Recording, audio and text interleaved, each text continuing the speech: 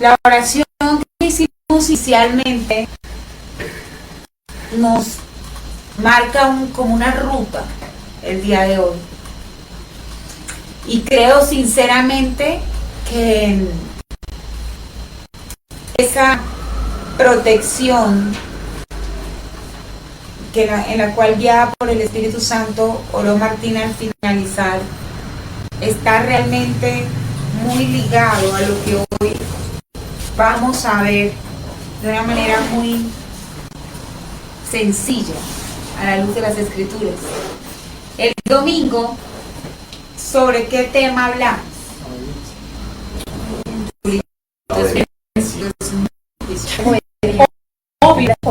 Obediencia. No terminé la obediencia como paso necesario para llegar al diseño que el Señor tiene de cada uno de nosotros.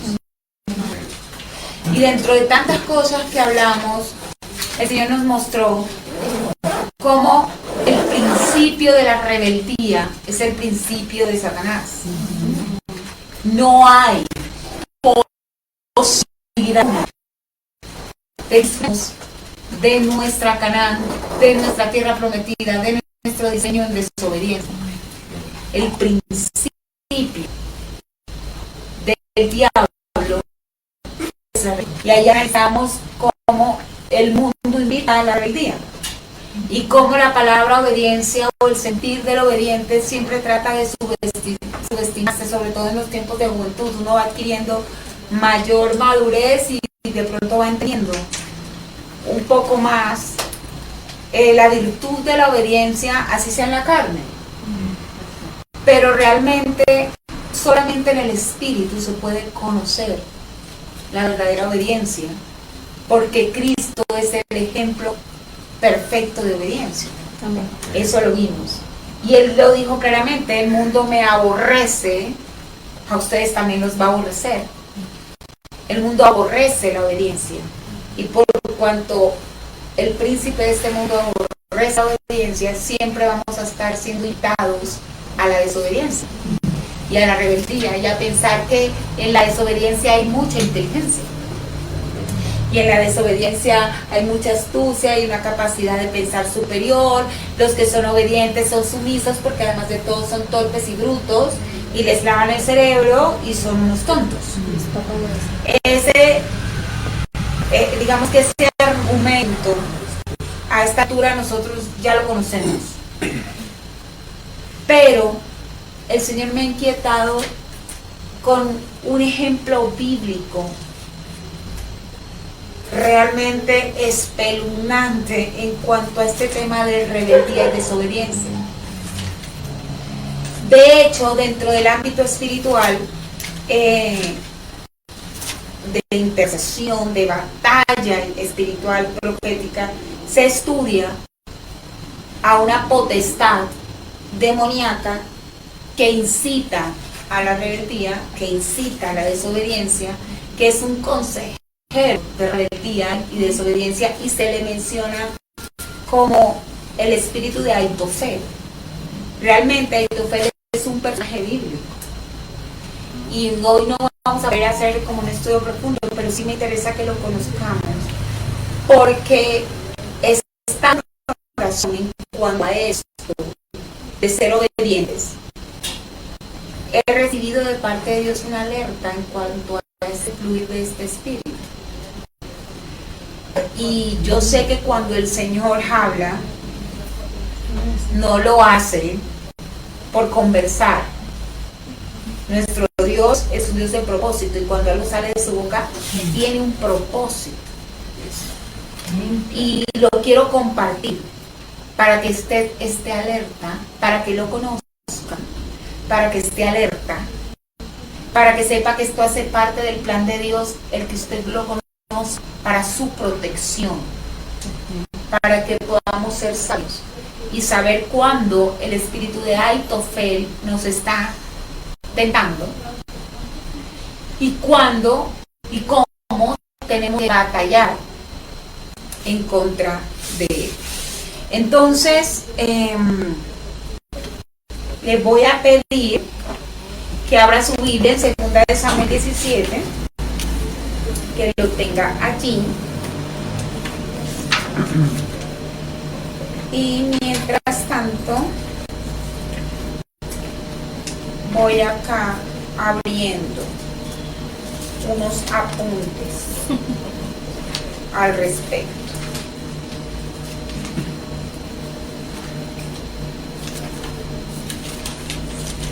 ¿Lo tiene? Amén.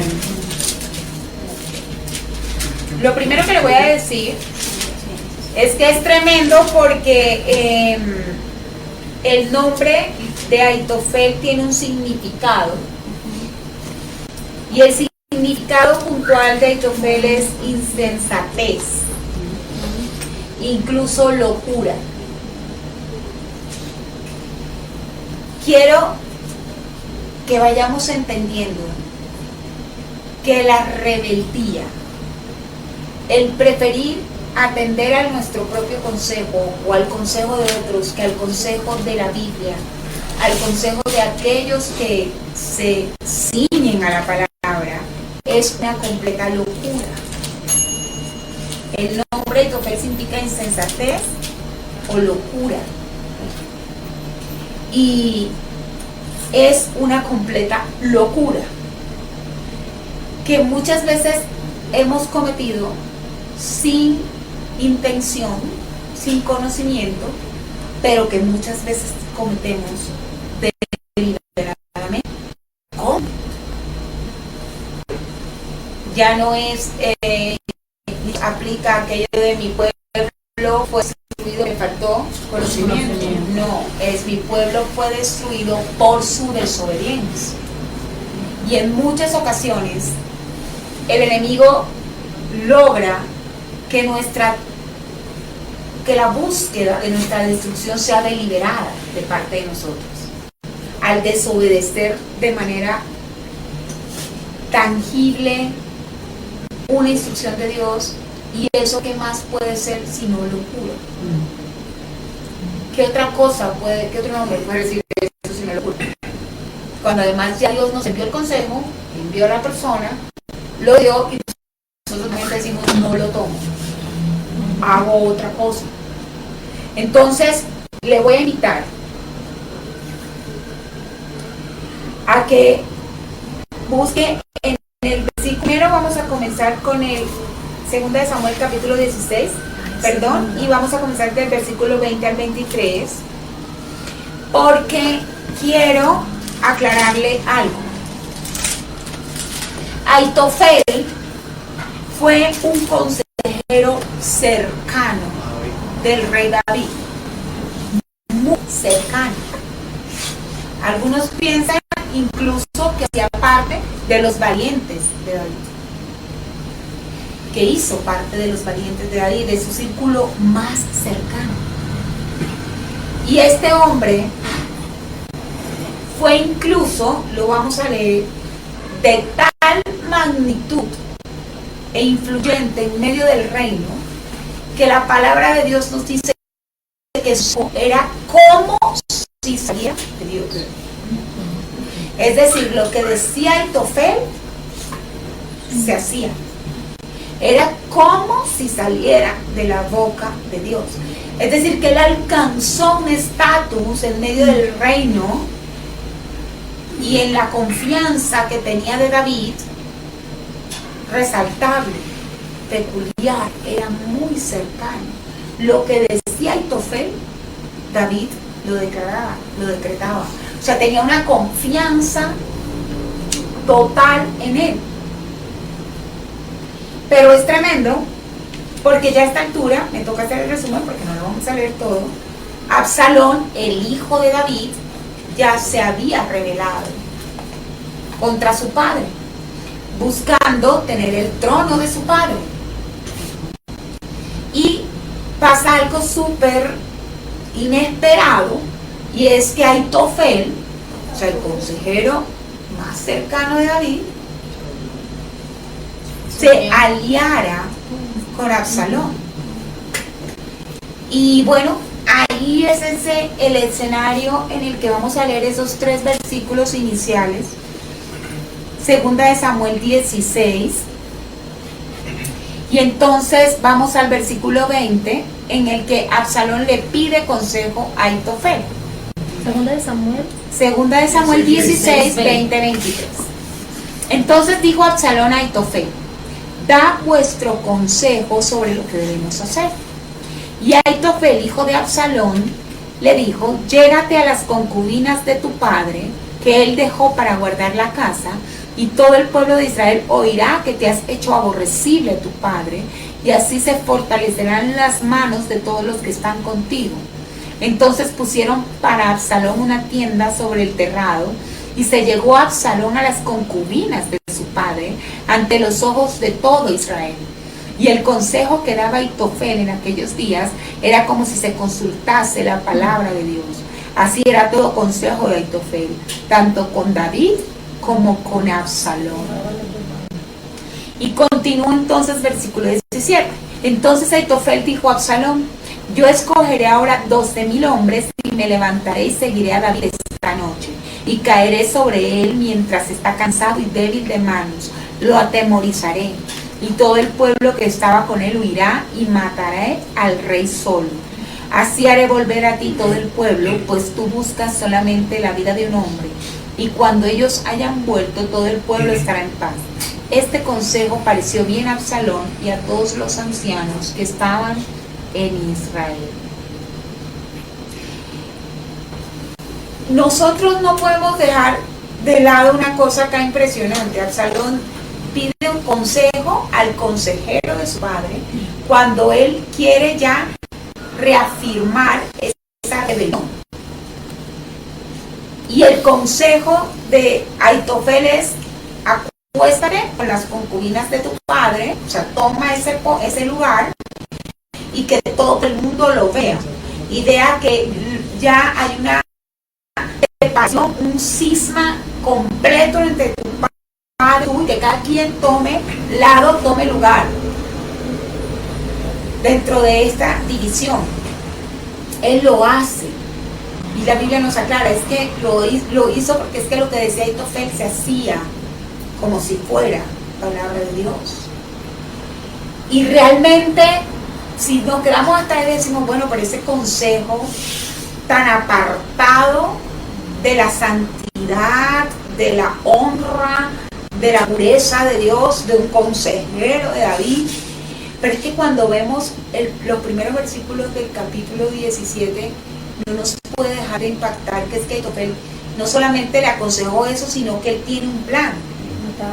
Y le propone un plan en donde él mismo, el consejero de David, lo asesina. Se va con 12,000 hombres, lo busca donde esté el débil, lo toma solo, lo asesina, se lo trae. Entonces nosotros encontramos un consejero que lo odia.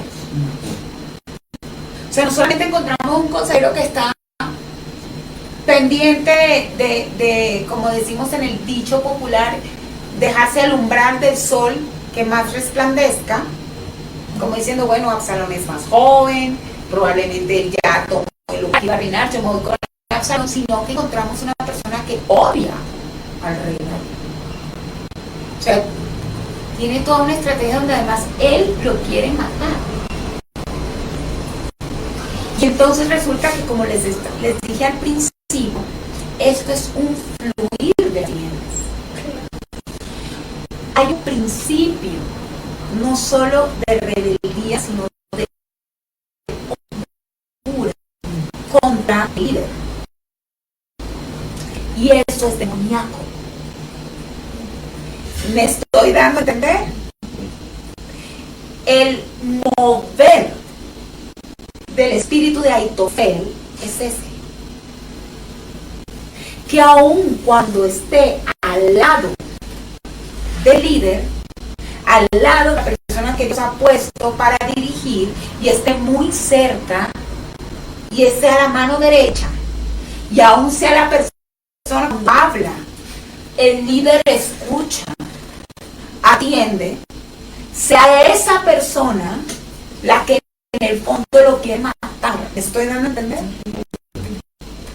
Ese es un mover demoníaco. Y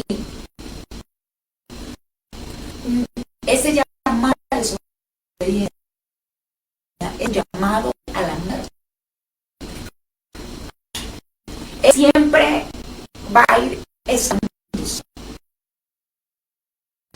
La desobediencia muere el propósito de Dios.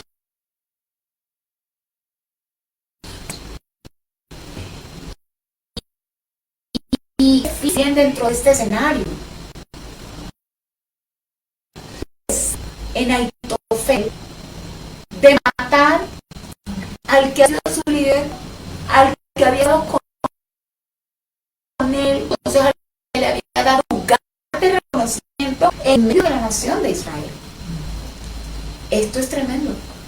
¿Cuántos tienen años en congregaciones cristianas? Años, levanten la mano. ¿Usted ha visto a Aitofel? ¿Usted ha visto que el cercano del pastor, el cercano del líder, ese es el que divide la iglesia? Es el espíritu en medio de la iglesia. ¿Sí me estoy dando a entender? Ese que está ahí, que quiere hacer división.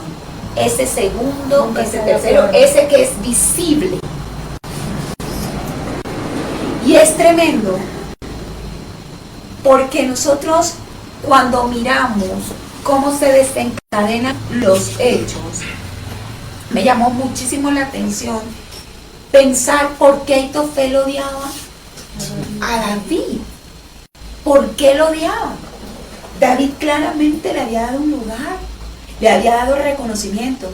El Salmo 55, busquemos el Salmo 55, que claramente está hablando de proféticamente de nuestro Señor Jesucristo en cuanto a Judas, pero en el sentido estricto es el dolor de David frente a Aitofel. Y en el versículo 12 del Salmo 55 dice: porque no me afrentó un enemigo, lo cual habría yo soportado, ni se alzó contra mí el que me aborrecía, porque me hubiera ocultado de él, sino tú, hombre, al parecer íntimo mío, mi guía y mi familiar, que juntos comunicábamos dulcemente los secretos y andábamos en amistad en la casa de Dios. Que la muerte les sorprenda, desciendan vivos al Seol, porque hay maldades en sus moradas, en medio de eso. Es tremendo. Es tremendo porque esto no es algo para la época de David, esto no es algo para la época de Jesús, esto es algo que permanece y permanecerá en la iglesia del Señor hasta que Señor venga. Esta lucha con este mover demoníaco del espíritu de Aitofel. Y el Señor nos quiere alertar. Y yo les quiero decir algo, cuando hablo algo tan fuerte, yo no me estoy defendiendo a mí mismo. Yo tengo líderes. Yo rindo cuentas.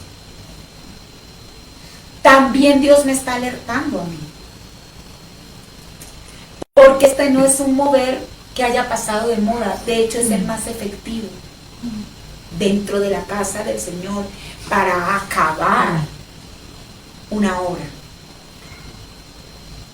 Y luego de haber dicho, pero si ellos eran tan íntimos, David lo dice en la casa de Dios, o sea, de verdad era el íntimo amigo. ¿Qué pasó? Averigüé un poco.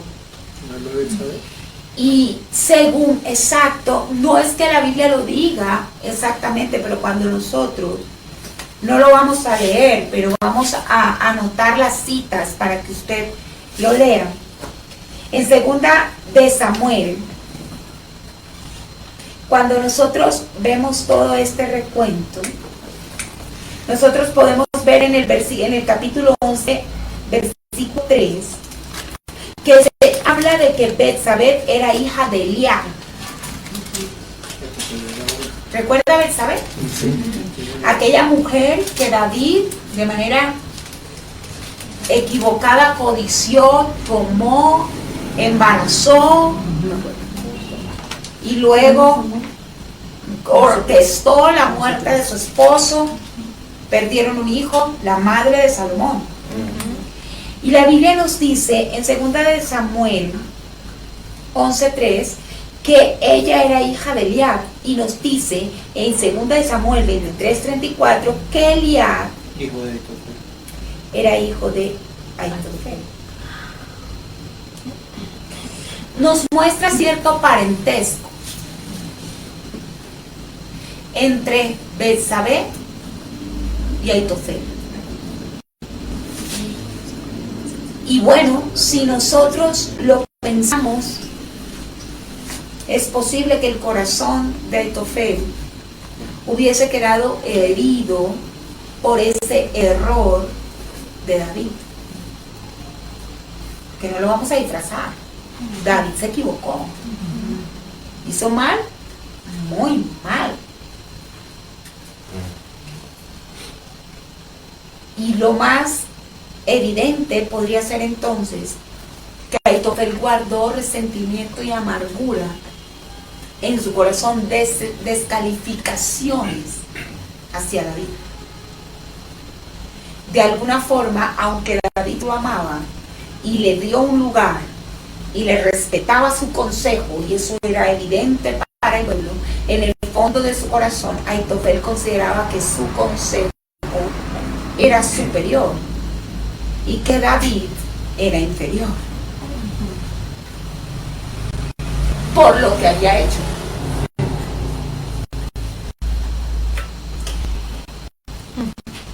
Esto no es cualquier alerta, la del día de hoy. Yo quiero que usted sepa que a nosotros no nos sirve desobedecer por cuanto el líder se ha equivocado,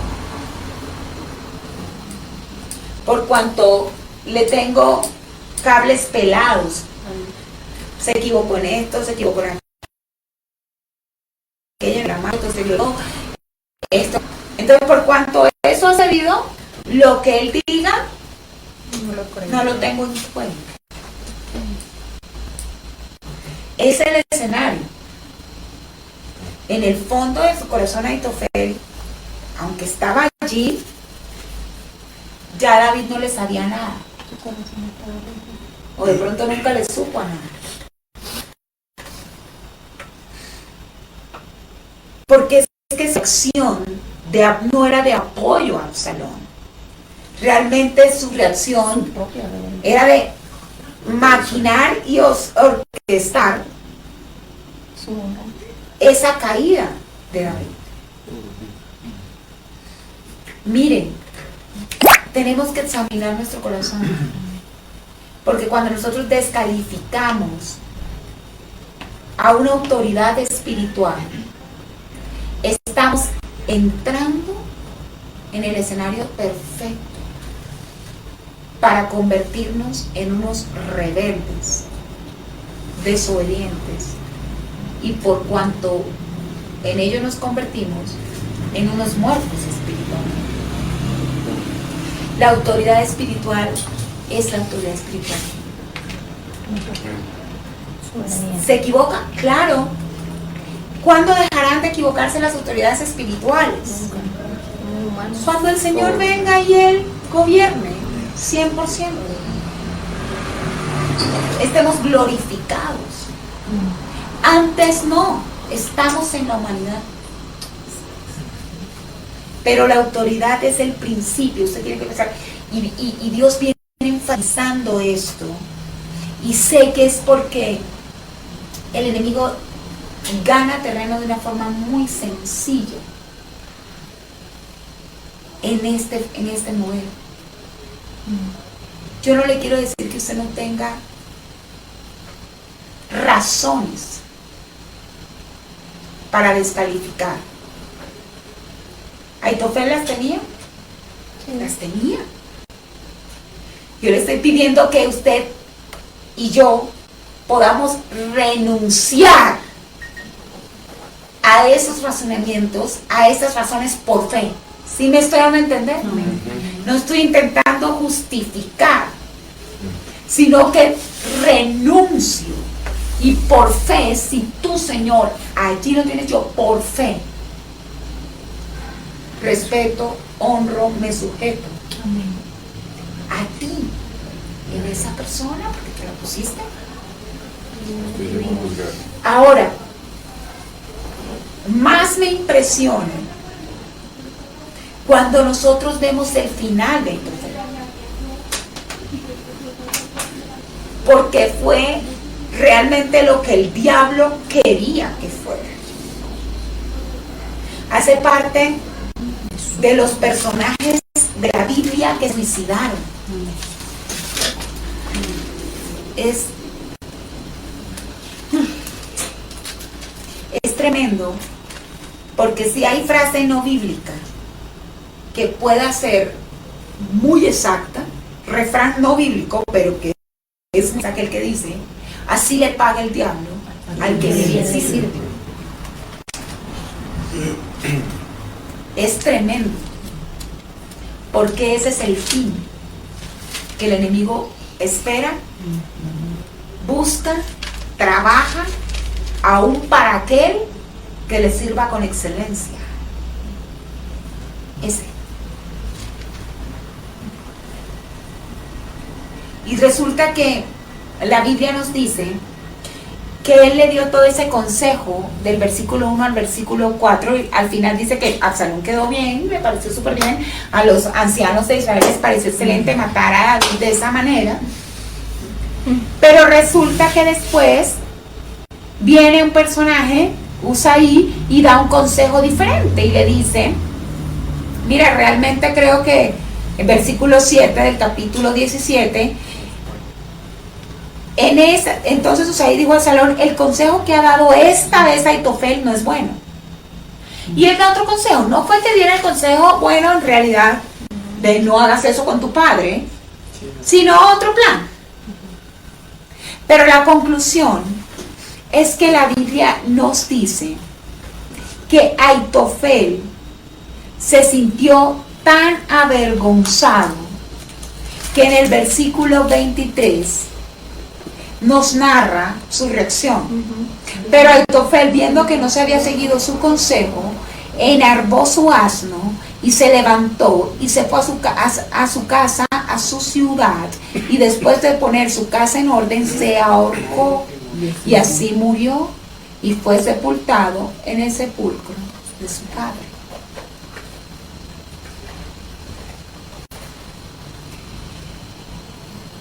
Imagínense lo que había en el corazón de este hombre.